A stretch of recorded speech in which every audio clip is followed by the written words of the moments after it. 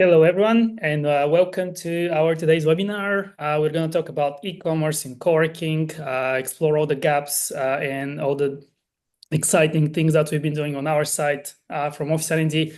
I'm Miro, CEO and co-founder of OfficeRnD, and I'm hugely excited to be here with two gentlemen. So, Ben, welcome, and please introduce yourself real quick.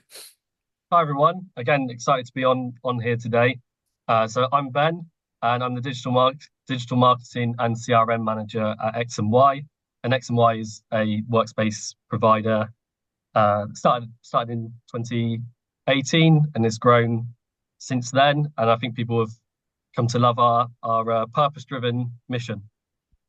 Oh, I didn't know you started 2018. That's pretty impressive growth for just a couple of years. So kudos to that. And we also have Rado from our product marketing team. Rado. Hey everyone, Rado here. Yeah, just a quick intro. I've been part of the OfficeRnD team for 6 years now, a bit more. And for the past year, I've been working on the Growth Hub, which is our new e-commerce product that we launched a few weeks ago. And I'm more than excited to be part of the webinar and actually share more about the product and talk with Ben about the experience that X and Y already have with it. Lovely. So before we begin, just an FYI, we're going to record the webinar, so everyone will be able to watch it after that. So, but yeah, if you have any questions, please feel free to use the chat, and we'll make sure to answer literally all of them. Hopefully, we'll be able to answer as many as possible within the hour on the webinar. But if we can't, we'll make sure to answer them after that and put them in writing. So it's an open discussion. So feel free to collaborate and literally throw everything at us. We're here to answer any question. A few words about us at OfficeRnD. So we're on a mission to make flexible working the way of working. That's literally since day one. We started 2015, so just 3 years before X and Y. So that gave us some time to develop a platform for co-working space management. So we turned 10 years this year, which is incredible. So for that time, we managed to help more than 3,000 co-working locations, help them with operations. So that's more than 500,000 members. We raised some funding along the way. So something like 30 million in different types of funding. And we're a pretty global organization overall. So our team is spread across the world, in Sofia, Bulgaria, London, the US, and Australia. And we also have customers in many countries, more than 70. Very committed to the mission of co-working spaces. So we are really working hard to try and help our co-working space partners be better operationally, and also recently to help them grow. So we've always had that dream to help co-working spaces sell more and generate more revenue, be more profitable. That's why about a year and a half ago, as Rado mentioned, we started working on a dedicated product for growth. So dedicated e-commerce platform. So you're going to see a little bit about that throughout this webinar. So I'll try to give you a very brief history of e-commerce, just to put the whole thing in a perspective. Of course, I asked ChatGPT to give me that answer. I couldn't make it up. Also to draw this beautiful picture on the right, so very helpful too. Apparently, the first e-commerce transaction was a Sting CD sold in '94. That's incredible. We all know after that the story of Amazon and eBay, which dramatically changed the whole world. Then about 10 years later, so in the mid 2000, Shopify started, and that additionally sparked e-commerce and allowed all small and mid-sized businesses to start selling online extremely easily. And then, in the last decade, obviously, social media and mobile phones completely changed the e-commerce as well. And we're seeing now extremely sophisticated ways to sell us things pretty much everywhere, retargeting and whatnot. It's a little aggressive, I'd say, but apparently it works. So, yeah. What's also another interesting story from the e-commerce world is probably the food delivery. That started a little later overall than the general e-commerce. Although I'd say it actually started around the same time, but it just didn't work at the beginning. So the first story was one of the first companies to try e-commerce with food delivery was a company called Web1, which started in 97, right after Amazon.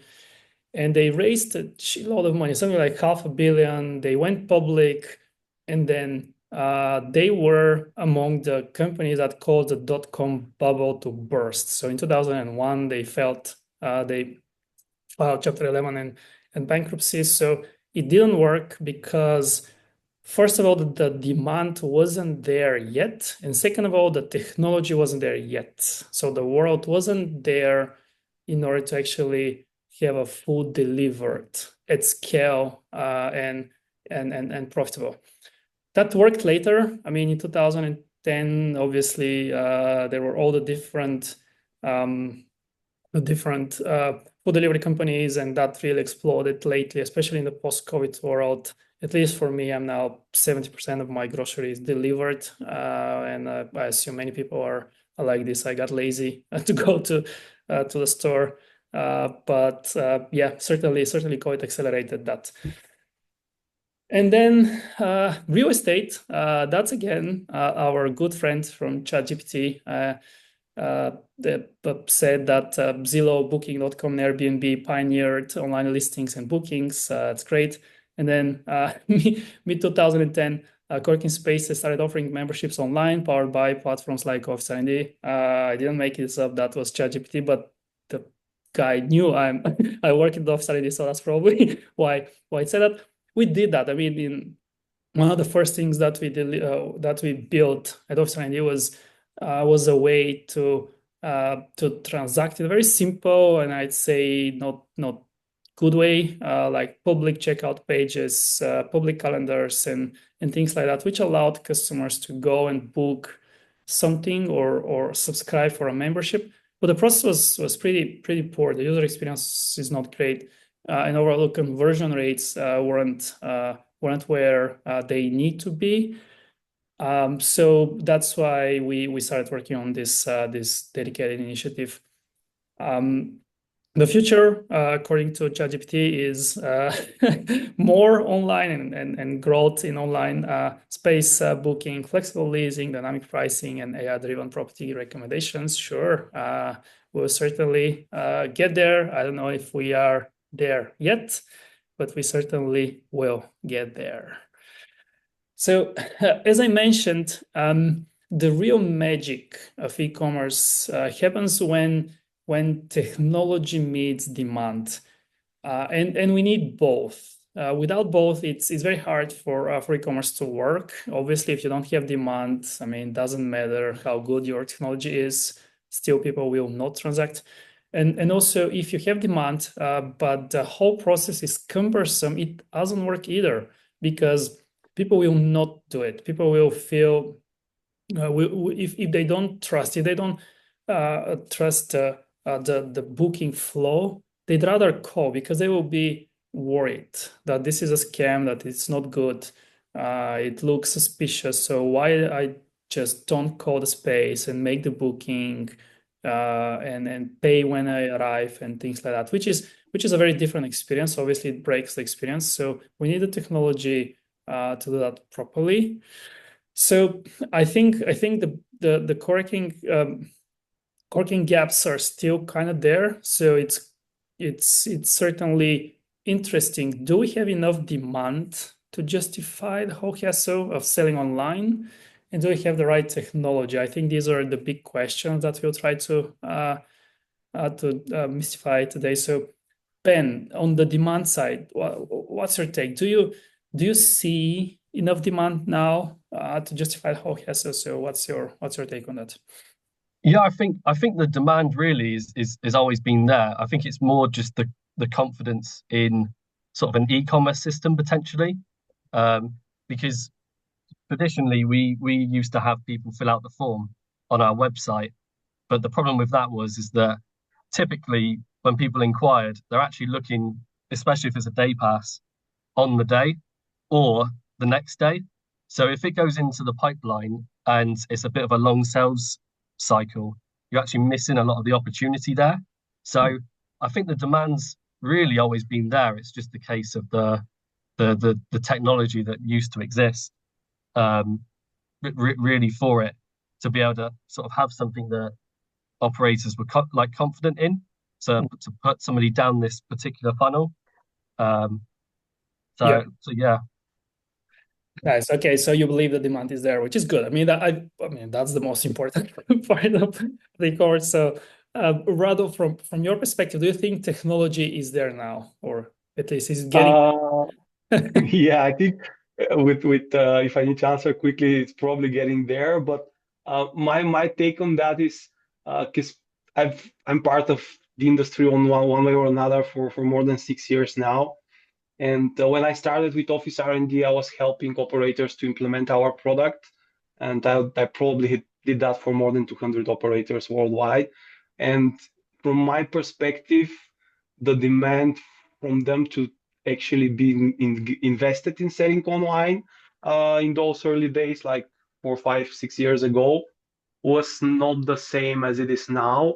Okay. And I think probably 2 years, 2 years and a half ago, it started getting like the interest from operator side to rely more on e-commerce solution started to pick up, and that's when there was actually a gap in the technology, in my opinion. Uh, as a product that helps flex operators manage their working spaces, we have always had some kind of solution to address the e-commerce need, but it was never up to the standard, in my opinion.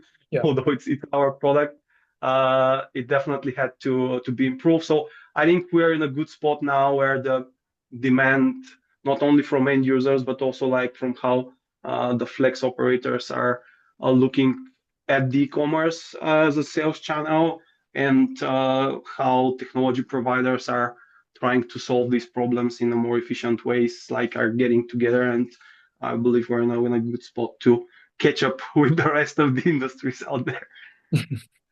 Yeah, that's a good statement. We need to catch up with the Shopify and yeah. So let's talk about how to successfully implement e-commerce specifically in coworking. So we can start first with which products actually are suitable for e-commerce. Maybe Ben, that's for you. Yes, I would say definitely day passes is a huge one. I think users come to expect that they actually want to buy it online. They don't want to fill in a form.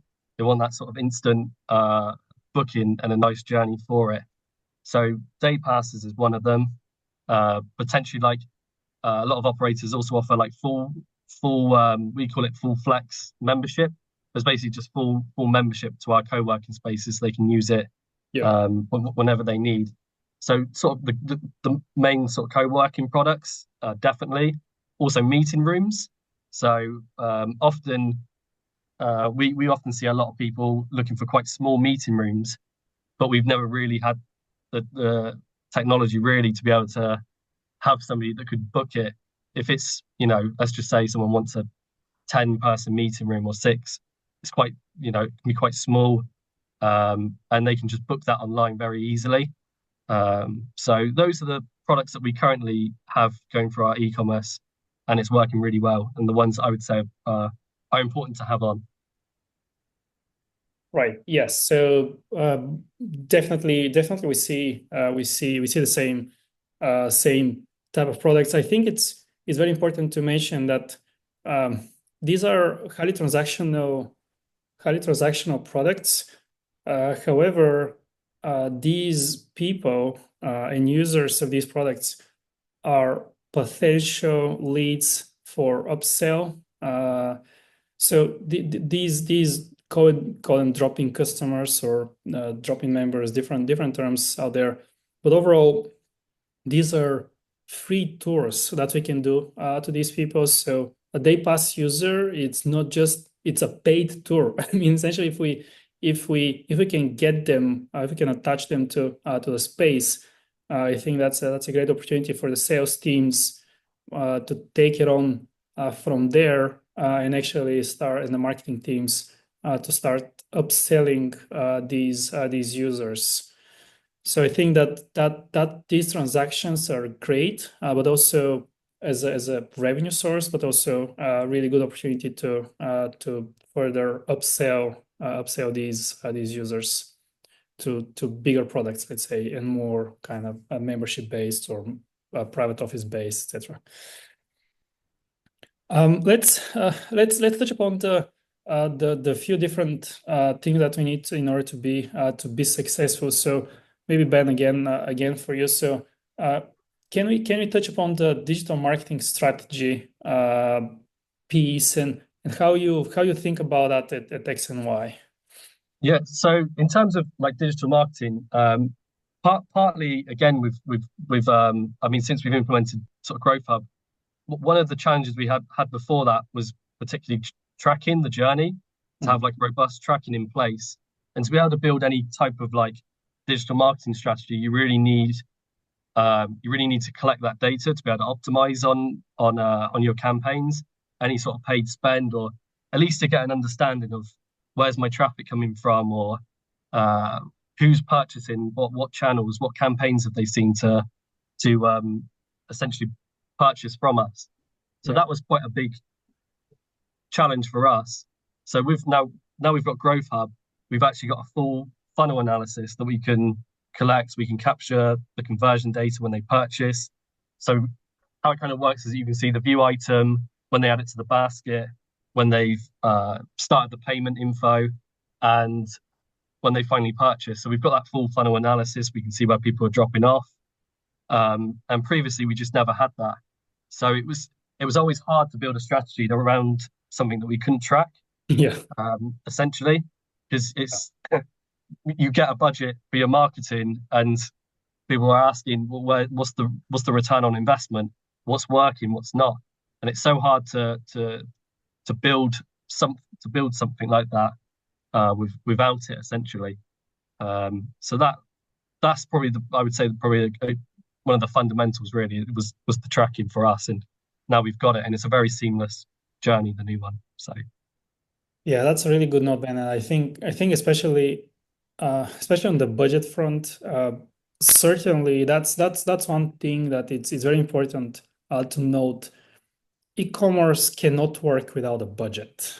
That really applies for every single industry. I mean, whether you invest in search engine optimization, SEO, or search engine marketing and different things like paid ads or social media ads or social media presence or influencer marketing. I mean, there's so many different ways to get in front of people, but you need budget. Without budget, I mean, just implementing something and sitting there, it's not gonna work. So that's I think that's pretty important, and it's so that you don't get discouraged if you don't see results.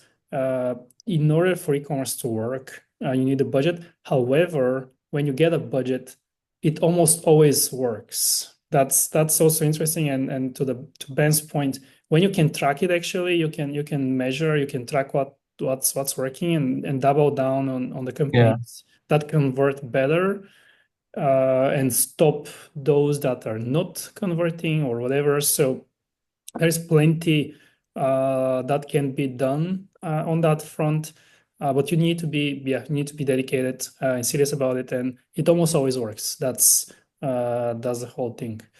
yeah. I just sorry, just to add Yeah, to yeah, that, I think also you can actually change within like Google and other platforms what you're optimizing towards. So previously, if you don't have an e-commerce system and you're optimizing towards form fills, you can actually change that in Google and other platforms and start like optimizing towards purchase and more purchase intent and purchase value. So it opens the door to um, sort of broadening your strategy. You're no longer just looking at form fills. You're actually looking at trying to optimize towards uh, more revenue, essentially finding customers that have intent to buy, and things like that. So Yeah. Yeah, great. Thanks, Ben. So, very good stuff. So, Rado, on the other element to be successful, the user-friendly commerce engine. So, can you talk a little bit about that and share maybe how that relates to conversion rates and what's important of experience in general? Yeah, there are a lot of researches in terms of how e-commerce can work best in any scenarios. I would say that when we started with our new solution, our new product, the Growth Hub, we did a very extensive research in terms of what are e-commerce best practices in terms of UI, UX, etc. We also asked a large group of people who have used co-working spaces in the past 3 months. What are their primary decision-making criteria? Which was a very, very interesting research. I think it was the first time we were actually trying to better understand the demand, what drives the demand from the real end users versus just talking to our customers and getting information from them in terms of how people behave and act. And everything we built so far basically lies on two principles or two things, I would say. The first one is we're trying to follow the already established UX patterns that are out there. We have the Airbnbs, the Booking.coms of the world. All of them are kind of setting the standard in terms of how people expect things to look and feel and go through. So we try to follow those patterns because when you follow an easy pattern that people are used to, it's more likely for them to easily navigate through that flow. And the second part that came out of the research, which was really interesting as well. It turned out that the first two decision-making criteria for most personas that we researched back then were location and availability, and location in the meaning of how convenient the address of the space is versus the need of the people that are looking to use it, and availability, of course, like if you can find a place in the time you need it, you probably search on another place. And then the second uh, portion of criteria, I would say, were three. Those were price, amenities, and design. So people were basically saying that they want to use a space that feels good, that has good design, is clean, is spacious. Surprisingly for me, from that research, there were some markets or countries where the price was actually not that important and was put Sure. by a lot of users behind things like design, amenities, etc. So it looks like people are ready to pay more if they have a quality product, which is probably not a surprise as well. So yeah, that's my take on the friendly commerce engine. It's really important to have a good UX, to have a well and fast working product to reduce the abandonment and to optimize the conversion of an e-commerce engine. Good. Yeah, absolutely. Thanks, Rado. Making progress. So, yeah, walk us through actually the product. Yeah.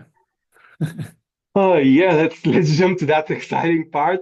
Yeah, I would say that we already talked a bit about some of these things, but introducing Growth Hub is actually a significant shift for OfficeRnD as a company.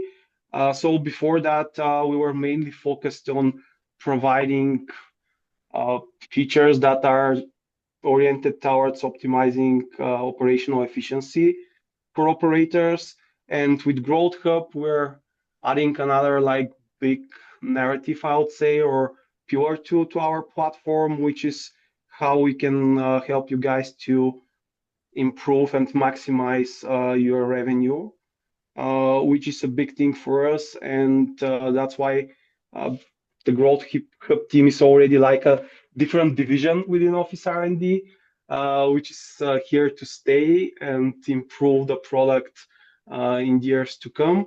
If I need to kind of just highlight a couple of benefits that we are starting with, increased occupancy is definitely one thing that is a huge focus for us. With Growth Hub, you can have an online sales machine that is live 24/7 and can drive revenue your way. We are also trying to providing a standardized booking experience. So people go through the same flow every time they land on your website. They can instantly book or buy a membership.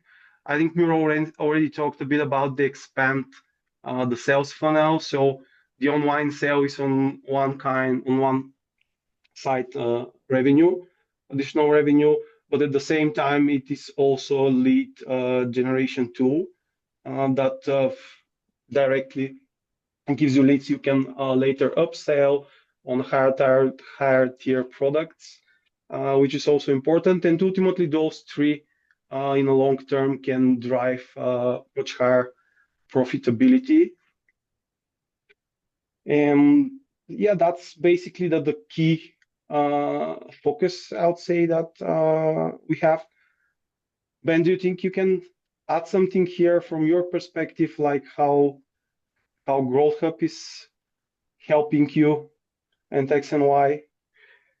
Yeah, essentially, I think it's given us a platform now, a system that we're confident in, and we can actually push people towards. As a result, we're seeing high occupancy in our buildings for our co-working.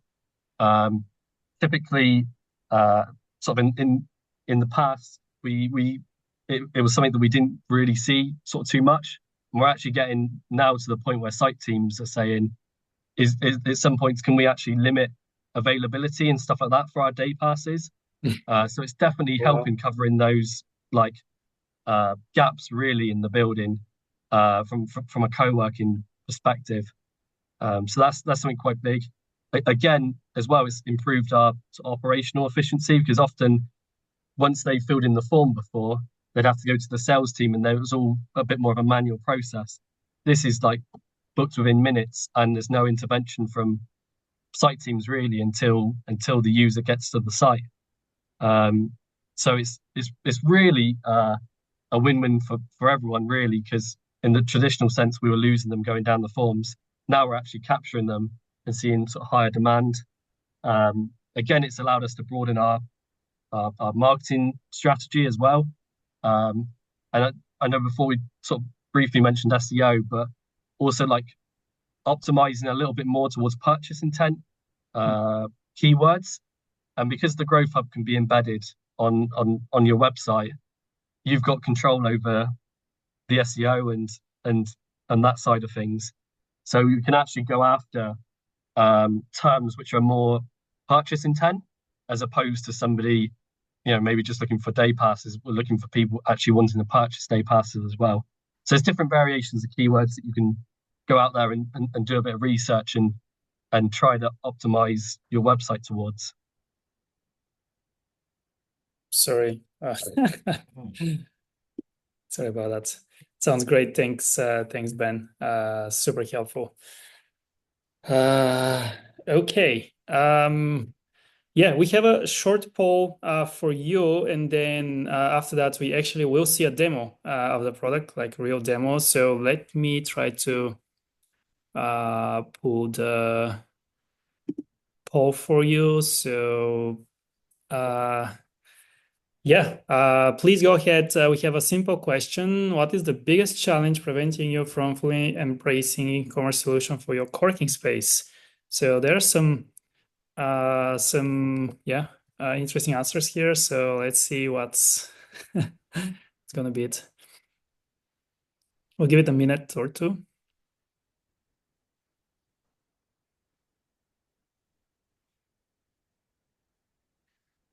So cost and ROI seems like Leading.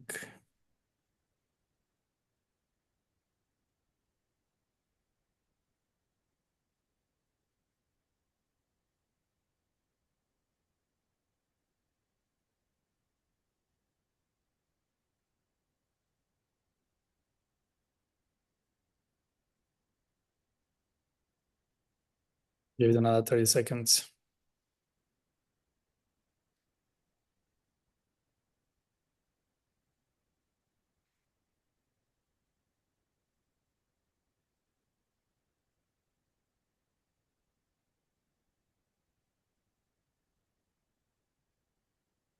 I think that's a really interesting question about the sales process and how the whole sales process should work when you have also an e-commerce and a sales team. That's, for example, on the software company side, that's when you have a product-led growth and a full self-service, as well as a sales team, and you go through a demo process. It's different experience, and you need to be very thoughtful how to manage this process.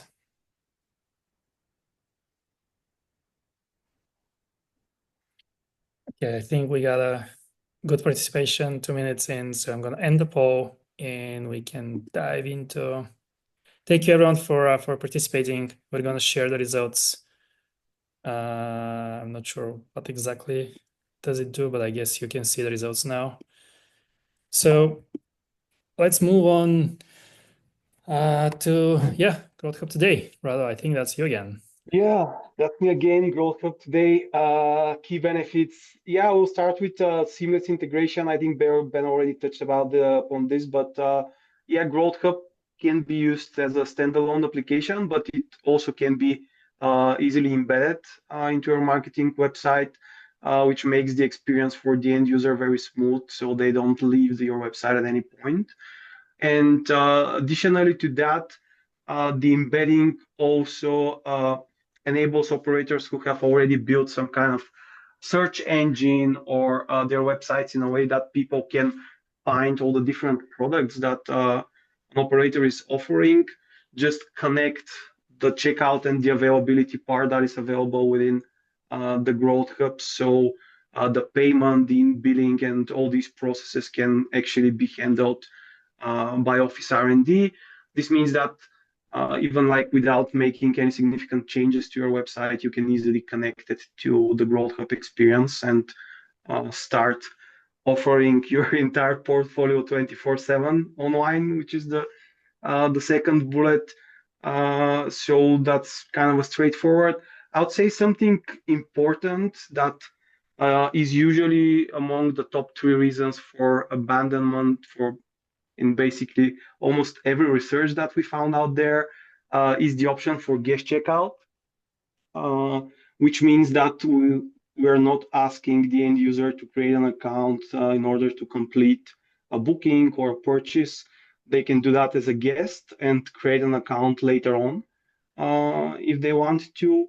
We're also focused on providing different or flexible payment options. The Growth Hub today supports any kind of card payments, Google Pay, and Apple Pay. And providing more payment options is also like a good way for an e-commerce engine to improve the Rado, conversion. does it support Yep. instant ACH or something like that, or no? It's, I would say, between a week or two of work to fully support it. Good. Yeah, we can enable that. So for context, the Growth Hub works with Stripe, Yeah. with the Stripe integration that OfficeRnD currently supports. And ACH is a payment method that is available in there. It requires a bit of a tweak on our end to be able to expose that for online payments, but it's not something that is hard to do. And with that, like anything related to booking, invoicing, and payments can be fully automated. And basically, operators can see the money in their bank account once the transaction is confirmed right away. Ben already spoke a lot about the advanced funnel tracking with Google Analytics. We're also like working on introducing better options for you guys to be able to track Facebook campaigns, Google Ad campaigns, etc., etc. And going to easy short-term office bookings. Remember, just very quickly, two more. Yeah, no, One thing sorry.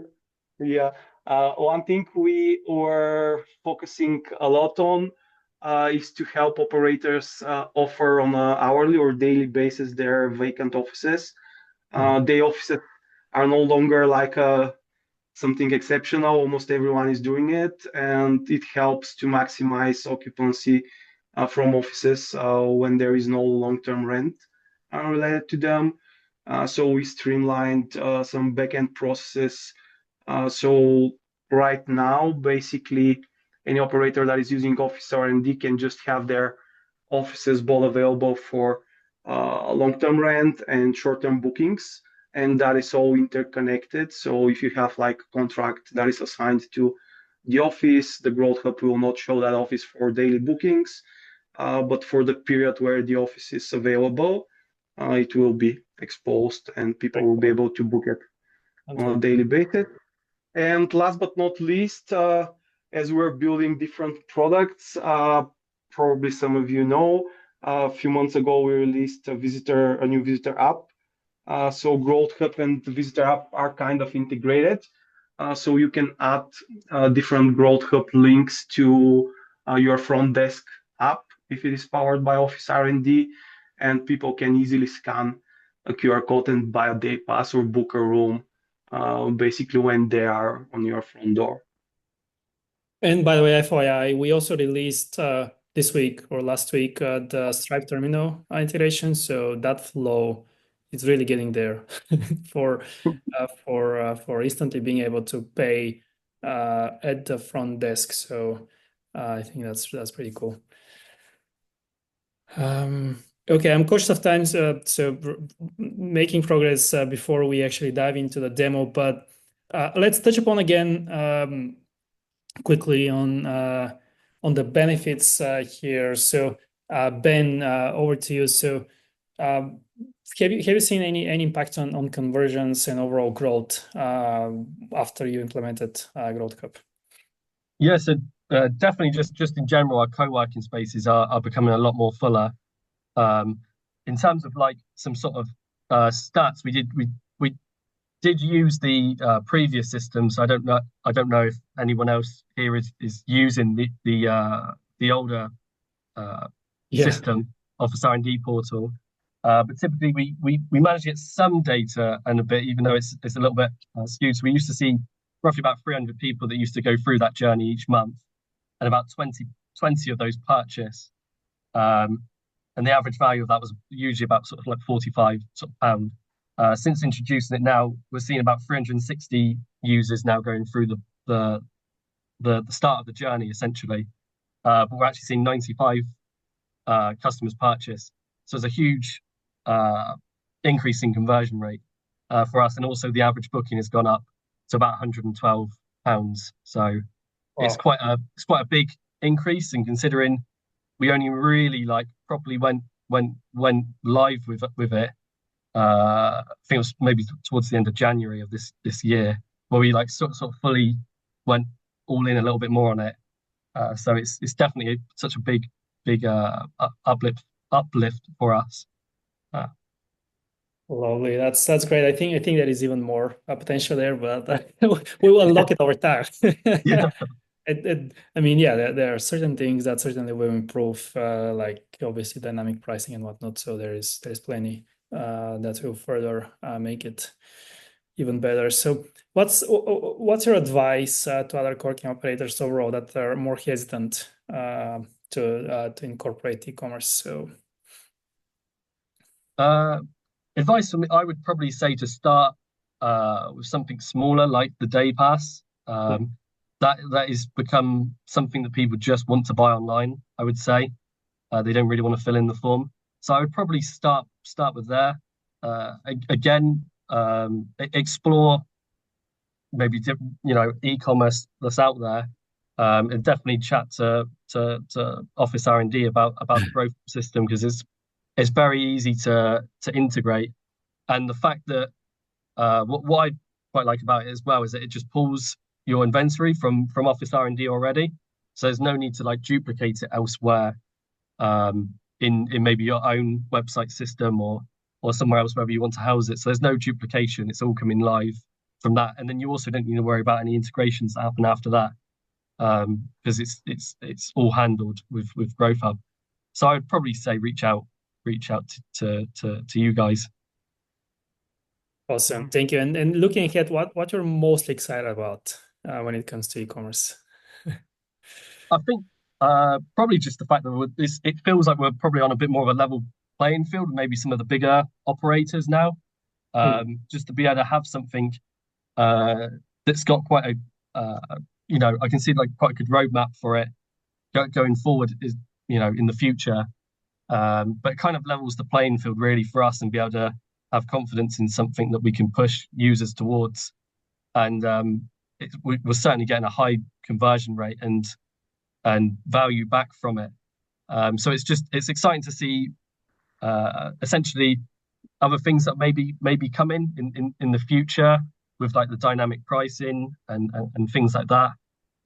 Potentially offering more products as well, like desks. People can just buy like a dedicated desk and things like that online, or even day offices, which I think Rado touched on as well. So I think it's a very strong like foundation to build from, really.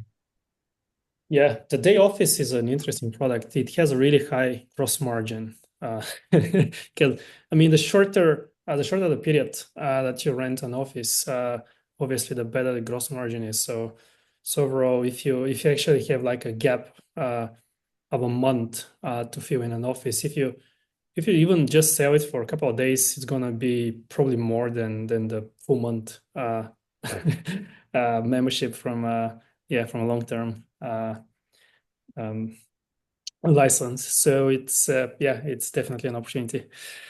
Uh, good. Live demo. So I'm gonna stop sharing, and Rado will walk us through a quick demo. I hope it's gonna be something like 5 minutes demo, no more than that. So that we also have time Yeah, for Q&A. We already have like 10 questions or something. So yeah, I think I'll try to do it even quicker, just like to give everyone the idea of how it feels and look, but not spend too much time on it. And yeah, anyone who is interested in seeing a more like deep dive demo and talk to someone from our team, you can easily go to OfficeRnD, find the Growth Hub on the main menu. There is option to book a demo there. So if you want to get into more details, just book a demo with our team and you can do that. This is the X and Y's website and how they have implemented Growth Hub. So basically there is the book online option here, which already loads the Growth Hub embedded in the X and Y website. So we have this like fully customizable landing page where people can choose their preferences, time, date, etc. I'll just pick some date in April. Let's say something. Search, find what is available in that period. Then on the search results page, we also have all the filters available on the previous page. So it's like a live availability filter where people can easily go back and forth in terms of what they're searching for. there's something Then free. I'm joking, sorry. no, there is not, I think. Yeah, no. Uh, so then you can go and explore a room. For some rooms, you can add more than one image, up to five. Then we have the calendar options here, etc. Let's see if we can find a room with more pictures. I think this one was with more. So yeah, we have all the images here. We have quick links for morning, afternoon, and day bookings. Unfortunately, this room is not available at the selected time slot. Now it is.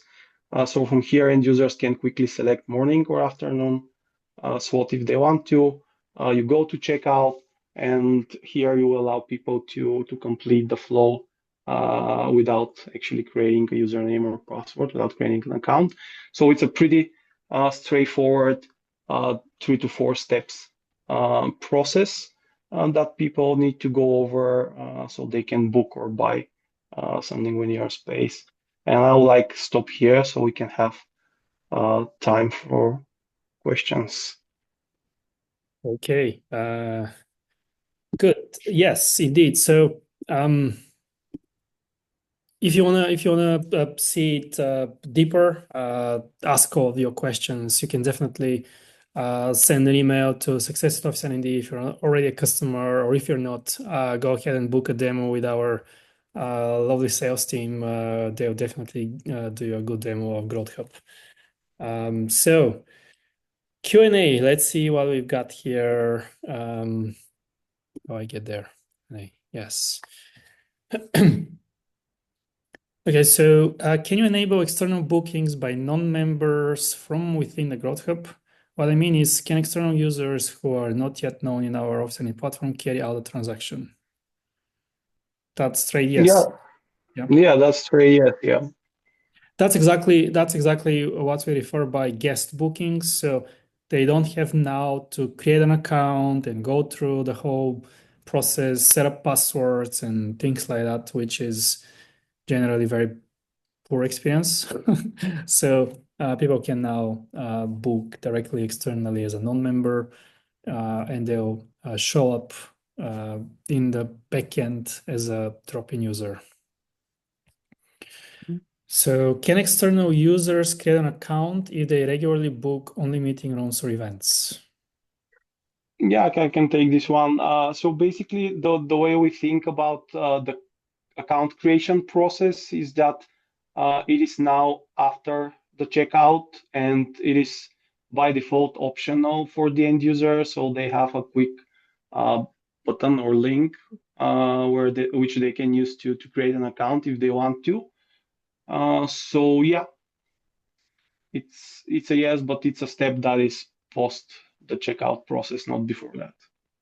Yeah, which is yeah, the right way, I think. We also work closely with brokers. Is it possible to make available spaces specifically visible to these brokers here? Oh, that's a really good question. Thanks, Arno. So, brokers, can you Yeah, sorry. can you share the real-time availability to brokers through Growth Hub? I would say that maybe I need a bit more detail on the use case here to answer in a straightforward way, but technically you can share the link to the resource or to any specific product with anyone. If that is going to specifically solve the challenge that you are going to have here, I'm not sure, but I'll be happy to kind of touch with you and see what exactly you mean and kind of dig a bit deeper in what you need. As we mentioned, like Growth Hub is a separate division with OfficeRnD, so we're looking to gather ideas for where we have to move forward with it. So happy to connect. Please email us at product@officernd.com and I'll follow up from there with you and we can chat about what exactly you mean with the broker's use case. Yeah, I think that's probably Valve as well doing that. So connecting the real-time availability to excuse me to the brokers. So really good question. We definitely would like to take it offline and discuss. It's interesting. Would your OfficeRnD team be open to addressing the current pricing model of Growth Hub, specifically the 12% take rate? Absolutely. We are, I mean, it's a new product. We're trying to figure out what's really the best pricing model that can truly align us and you as a partner. We want to partner, and the take rate generally is a way to incentivize both parties to truly work for conversion optimization. Like really take it extremely seriously. Not just have a something to check out, which is what we've been doing for quite a long time, but truly going all the way to optimize every single user journey, every single transaction. That's why take rate generally makes sense. What's the percentage wise? We're working on it. I don't think this will stick in general, but cannot give a. And I'm being fully open here. Uh, it's up for discussion at the moment, and we're trying to figure out what's the best that we can do. That also makes sense because investing in e-commerce is really expensive in general for us as well, and we need the market to support that. So trying everything to figure out the best possible pricing. Happy to discuss that further. Um, so that's a very long one. So we're gonna answer that lately. What was the third reason for the cart abandonment? Uh, Rado, do you remember? I don't remember the Yeah, second. I'm not sure exactly, but yeah, usually like among the major reasons for abandonment, usually you have like the mandatory account creation. You might have slow performance or loading time. You might have bad UX.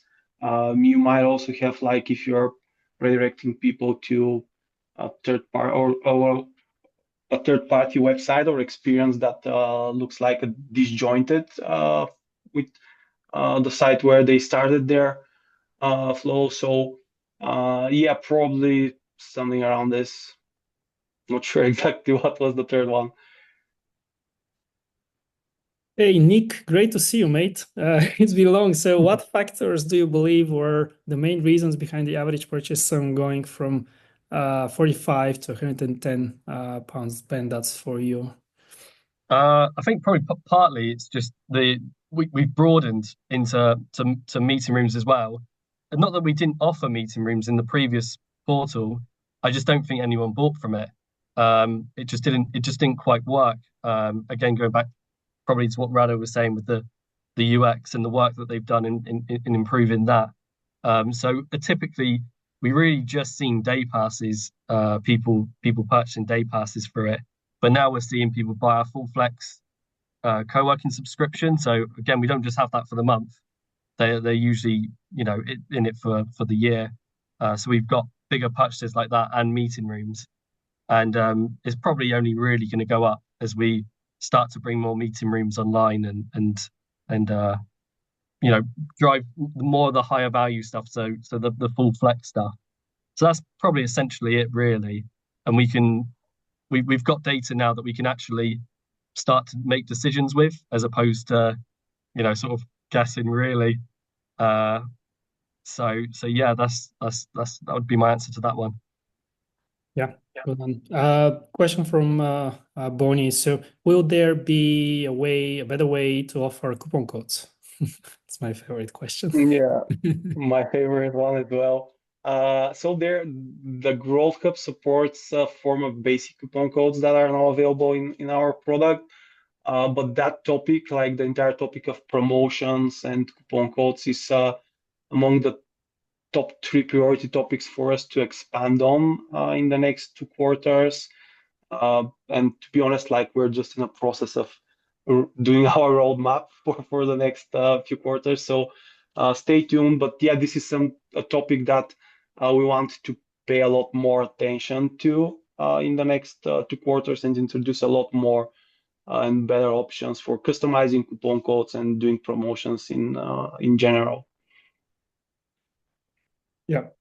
Good one. So, will any new marketplaces, Nikos Kint, good to see you, man. Will any new marketplaces be integrated with the OfficeRnD Growth Hub?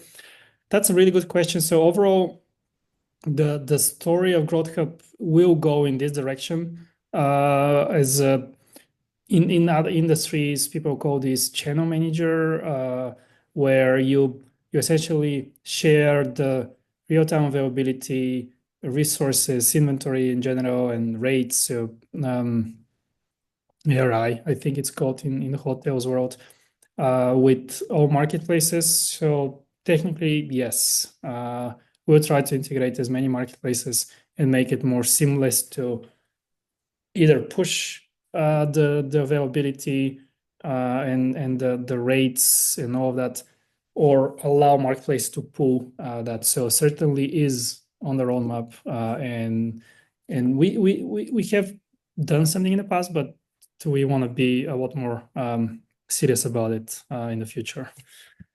So a question from Andrea: do you have staff follow up with each online sale to ensure they have booked a meeting room for an appropriate reason? For example, booking for a business and not for, say, a baby shower. Ben, I think that's probably for you. Yeah, I think also I think this is something where users can now toggle. Is that right, Radu? They can toggle whether it's for business purposes or Yeah. for a personal one now. So that there's been implemented.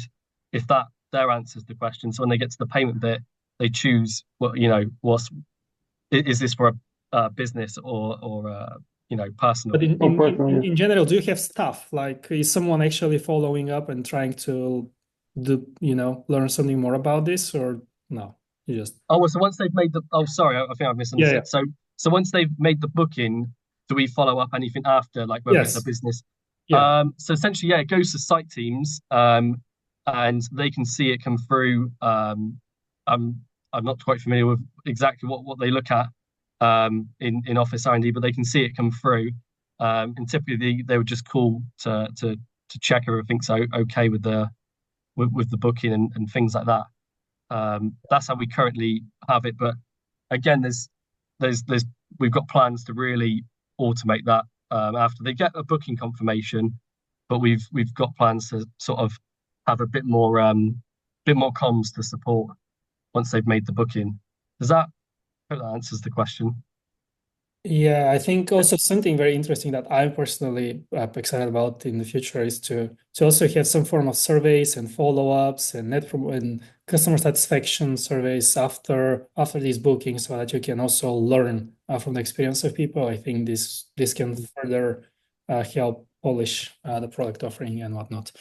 I know when we trialed it, like initially, because we've been using it for a little bit of time in quite a small bit, we did used to ask site teams to check with users who bought of their experience, and they've always given positive feedback from just how smooth it was to book things.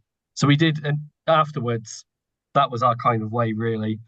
Of following up was in person site teams, and I'd basically get the feedback back, and it was usually very positive. By the way, Ben, do you have maybe 10-15 minutes to stay, because we have some questions for you, but if you have to. Yeah, sure. Yeah, I'm happy to Okay. stay. Yeah. Okay, cool. We'll take a little longer than I can say. So, okay, next one is Growth Hub optimized for mobile? Yes, it is, and we'll further try to optimize it even more. Super important. Super important. Will the marketplace still be available for customers when booking meeting rooms through the Growth Hub? I'm not sure if I get it. Will the marketplace still be available? I'm not sure as well. We can follow up offline and see Yeah. exactly what this question is and answer. Let's follow up online. Question for Ben. Did you have to invest a lot in marketing in order to achieve the increased revenue you mentioned? No, essentially we were investing the same amount really. It's just when we used the old portal, we still invested money into it just to see if we seen any type of uplift. But with the tracking and the data, it was such a hard thing to draw any meaningful conclusions from it. So that was pretty tricky. So I've actually forgot what now the original question was. I've gone off on a different So train of basically, thought. did you invest more, or it's the same level of investment in marketing? Same, yeah, it's the same level, but now we're actually now like the proof is there for us essentially in the ROI that we've got back from the tracking. We can actually start to build cases of increasing budget. That's exactly what I was about to say. I mean, if you see success, I probably went down a thought somewhere else, and then I just lost what the actual question was. So yeah, essentially, yeah, and even from our point of view, even if they're just using a day pass, it's it's maybe not the initial ROI as well. It's more the long-term value of that customer we see. Um, so that's something which we're sort of building towards and how to upgrade people. So um, we definitely see, it's definitely working for us, and it's something that we can actually put more money into, and we can build a case up to put more investment into it. Um, but again, it's like also recognizing that if you're using day passes or something like that, there's probably long-term value to that customer that goes beyond an initial ROI you might see from your marketing. Maybe if it's like Google paid ads or something like that. Okay, very cool. So next one, do you intend to integrate Apple Pay and Klarna ClearPay in the future? Rather. Apple Pay is already there. It requires like a two-step small setup on your Stripe account to fully configure it. Klarna, I would say it is an option. As I mentioned when we're walking through the deck, we use Stripe for the Growth Hub checkout, and Klarna is something that is supported by Stripe. So I would say that if we see enough demand for introducing it, it's an option. I can follow up offline about ClearPay because I'm not sure if it is supported by Stripe or no, but if it is, again, like it is an option for us to expand in that direction. Okay, a question from Adam. Hey, Adam, good to see you, man. What data does Growth Hub provide behind the scenes in terms of traffic sources, conversion rates, basket abortions, and things like that? I think that's all through Google Analytics, right, Rado? Yeah, mainly, yeah. And we're also like tracking some of these parameters within the tool that we're using for product analytics on our end. I won't advertise it, but we're using a tool to basically track a lot of interactions that are happening within our product, which tool also helps us to analyze funnels, see how people behave on the Growth Hub. And one of our like main goals down the road will be to monitor that data and to optimize user experience and UI based on what we observe and see. In terms of end users at the moment, most of the data is available through Google Analytics. Okay, great. And I think that follow-ups to the next one. Does the Growth Hub provide any Yeah. analytics and reports? Short answer, yes. Currently, we do provide within the OfficeRnD Data Hub. There is a dedicated section for the Growth Hub where you can see only the revenue that is generated through the Growth Hub as a channel. You can see it by location, in number of transactions, by revenue accounts. There are different options to drill down and see customers that actually purchased something through the Growth Hub. So there is a good amount of data already available. And so I would say that our vision for this is basically when we're adding more and more features to the Growth Hub, all of them will be supported by data and analytics, because for e-commerce, it's truly important to be able to have the full picture in terms of data and make decisions based on it. Yeah. Right. So will members and already existing users still be able to book meeting rooms through the portal as normal? Short answer, yes. These are same users, same members coming from Growth Hub as from any other source. So they're just as normal as any other users. So again, on the pricing, what are your recommendations to core business utilizing OfficeRnD that are not able to commit to the Growth Hub feature because of how the cost prohibitive pricing? I mean, again, I think this is still something we're working on. Cannot give a really good answer at this point. We certainly have the existing functionality out there, the previous generation of checkout pages. Obviously, we want to see everyone adopting Growth Hub actually, so we'll figure out something here that's less cost prohibitive and truly making it available across the board. So we're working on it. Please reach out to me as well directly, Miro at OfficeRnD, and happy to take that on in one-on-one. So will the customer be able to choose from different payment methods through the checkout process? Ooh, good one. Yeah, yep. Basically, any payment method that is supported by the Growth Hub, which currently are like cards, Apple, Google Pay, can be used on the checkout. They depend on the type of the device that is being used or the settings that are on the back end. But the short answer, yes, like any payment method that is enabled for the Growth Hub can be used as an option by the end user I for think checkout. also there is the question kind of leans into if you can uh, probably book now and pay later when you show up, for example, when you pay on site with your credit card on terminal, something like that. Something like I'd say the booking.com book with commitment to pay, which I Mhm. love as a feature. Uh, Maybe to some extent we do support it. It's not exactly like it works for booking.com, but it is also one of many topics that we're keen to explore further and implement to make the booking process more convenient for end users. Okay. So clarification here from Arnaud. I mean, Mhm. can you get personalized pages offerings for brokers? Very good question. Yeah, good one. I think now I understand, but yeah, short answer is we're not there yet. Like if you want to specifically provide different pricing for brokers or a limited subset of offerings, that is not there yet, in full honesty. I hope to see it go there because it really makes sense. Yeah, Like I agree. Yeah. send a custom offer to a customer for a say an event venue or like a big boardroom. That's very special. That's interesting. Okay, good use case. According to Ben, what is the best feature of OfficeRnD and what enabled to efficiently see positive changes? Probably again, I'd probably just go back to the tracking for me. That was like a fundamental. I mean, just something that we can actually track and get the benefit out of.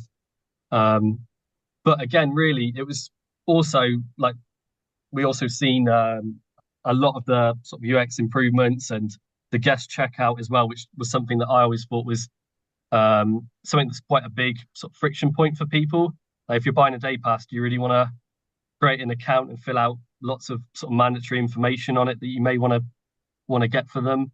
And interestingly, I was doing a little bit of sort of digging around other competitors, and it's quite surprising how many actually don't have that feature where you can actually just check out as a guest. Um, Often they ask you to create an account, and I quite liked as well the streamline of the data, like the form fields that you've got to put in. So let's say if you're buying a day pass, it doesn't ask you about what time you want to start the day pass, whereas other systems I've seen out there, they have like day passes and you have to choose the time you start and the time it finishes, but it doesn't affect the price or um, and essentially they're just buying a day pass anyway. They're being charged a full day. So it's these small things, probably a lot of small UX things that has been implemented and done quite well, I think, to improve that. Yeah, yeah. Very good. Currently talking with FlexSpace AI, I guess, about implementing their dynamic pricing integration with our OfficeRnD profile. When do you think dynamic pricing will be available with GrowthGroup? So just to clarify, FlexSpace AI is a partner, so we do want to work with all best products out there. So we are a platform. That's why we also want to consider GrowthHub a separate product. So if you want to go with FlexSpace AI, that's great. When it's going to be available in Growth Hub? Soon.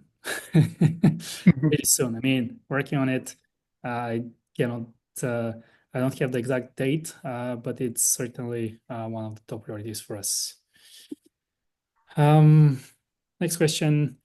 Is there an additional subscription for this service? Yes. So we treat this again as a separate product, and that's why we don't want to burden the main platform. We want to keep things clean. Um, and also compete on marketing on a true market principles. So there is an additional cost. So, for example, it's unfair if actually there isn't to our partners at FlexSpace AI and others that are building specifically e-commerce. So that's an additional product. It needs an additional subscription. Currently, it's based on a take rate of the transactions that go through the platform. So yeah, I guess similar question. Is a Growth Hub included in our current membership or an additional ad? It is an additional ad if only it works. So if it's converting, if it's transacting, there is a take rate. Reach out to us. We would love to explain in more details and figure out the best pricing that works for you and your business. Next one. Can we set different payment methods according to if it is a guest booker? For example, if guest bookers, I'd like to pay with a credit card. Internal users, I want to give more options like paying by invoice, credit card, Google Pay, etc. Yeah, I can take this one. Mark, currently Growth Hub supports a predefined subset of payment options, which doesn't mean that your internal users, so basically people who are most probably using the OfficeRnD member portal to book or buy instead of your website, they can go through a different purchase flow. So to some extent, the answer is yes. I'm not sure if that's exactly what you mean, but like the Growth Hub is a separate product from the member portal, and you can set up different purchase flows for the different products. I hope that answers the question.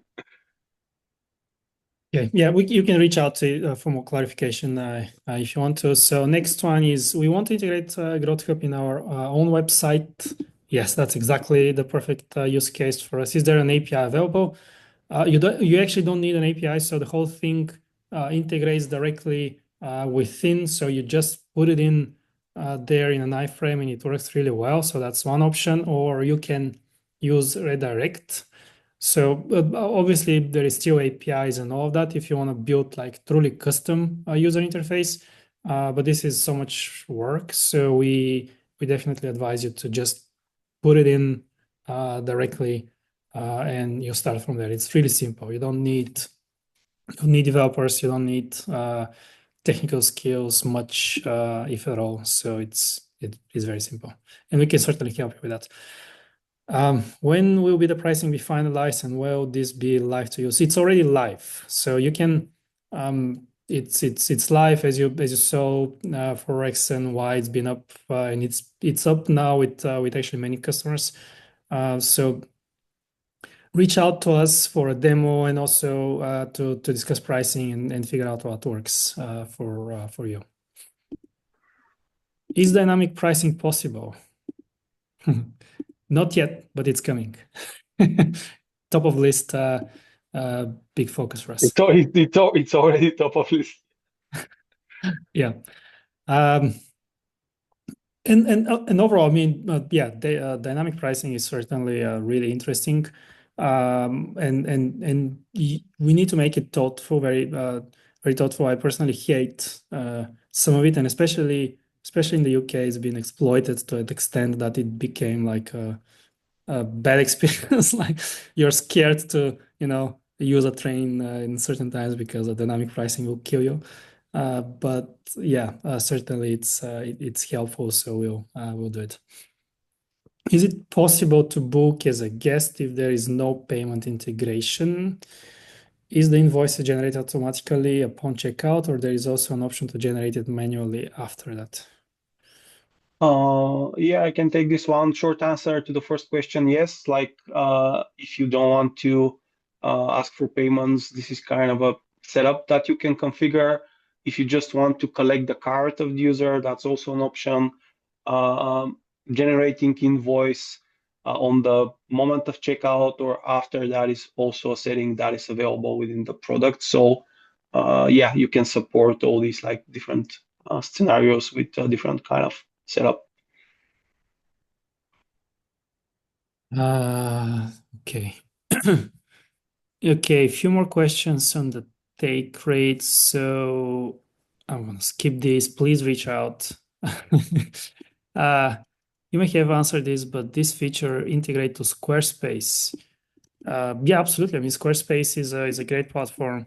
It's easy to integrate it right into Squarespace in your main thing in a dedicated section of it. So yeah, it's pretty straightforward to integrate with Squarespace. Growth Hub and Zapier. Hey, David. Good to see you. When, I guess, is the big question. Rado. I think. Oh, sorry, Rado. You Oh, you yeah, Hmm? yeah, this one. yeah. I was just Yeah, gonna say. David.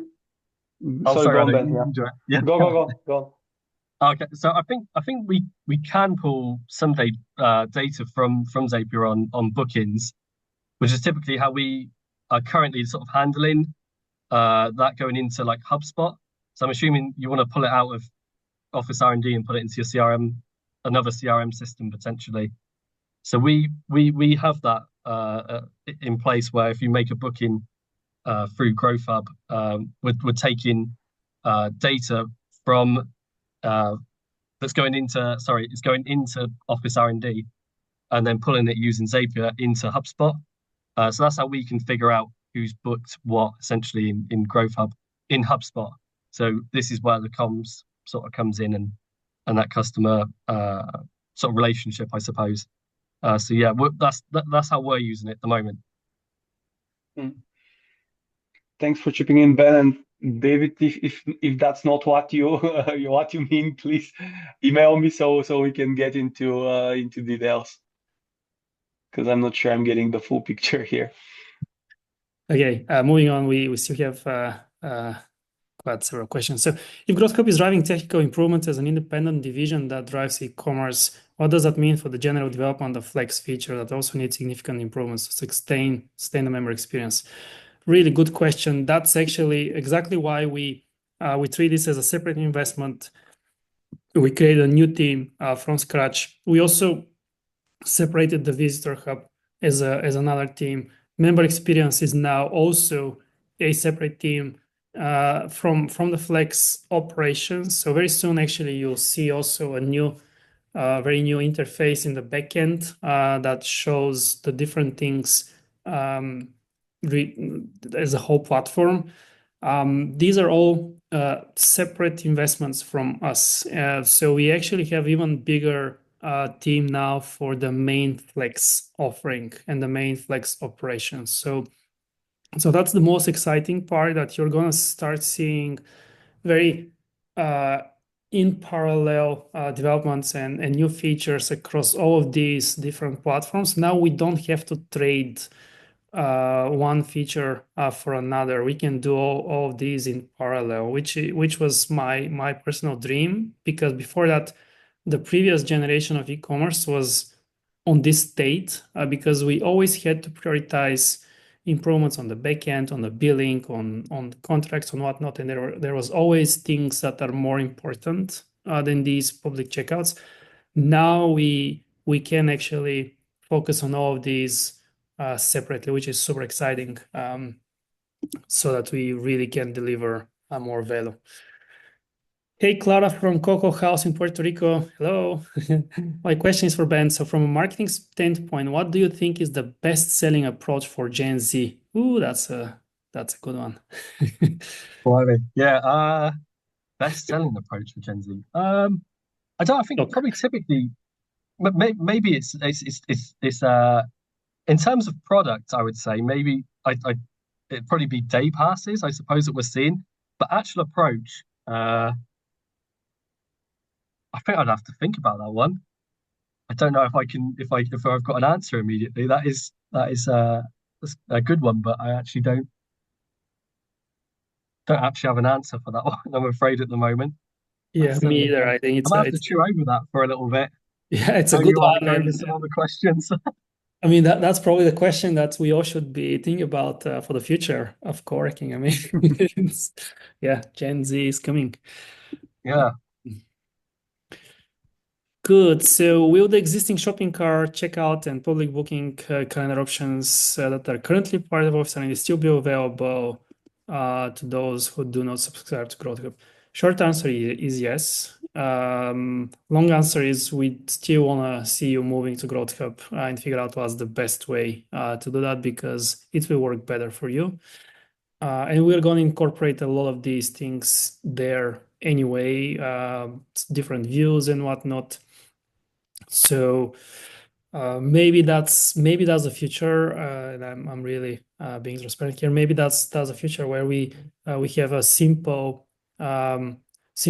enough but effective growth hub for free, and then a more advanced and sophisticated e-commerce platform that has some form of a take rate. Maybe that's the future. I don't know. Can you delineate what features are directly coming from Growth Hub itself and what features are coming from other platforms that we need to integrate into Growth Hub, Google Analytics, HubSpot, etc.? Well, I can chip in here. So Growth Hub is the e-commerce engine, and this is how we see it and how we're going to develop it in the future. Any other integrations that are currently supported by our core product are also available. So if you're using HubSpot with OfficeRnD Flex, you can use that as well with Growth Hub. If you have any kind of door access or etc., it will still work the same way it works with OfficeRnD. Google Analytics is currently integrating Growth Hub to Google Analytics for reporting purposes and enabling operators to maximize marketing investment is our current way of like giving you flexibility and visibility over your online sales funnel. Down the road, we might add some of this data within the Growth Hub. But yeah, I think that's probably what it is about this question. Just sorry, Radu, just probably to add to that, in regards probably with the tracking.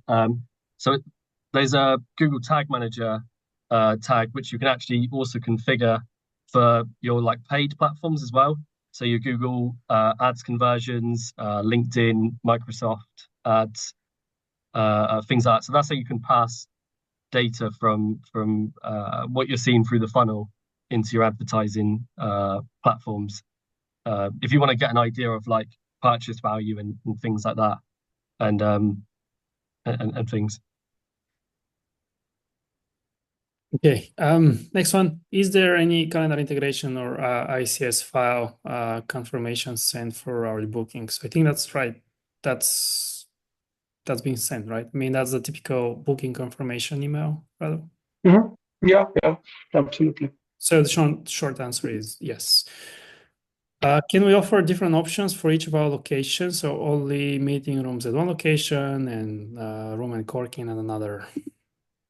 Yeah, short answer is yeah, like you can within the Growth Hub admin UI, you can decide on your end what kind of products you want to list and offer via it.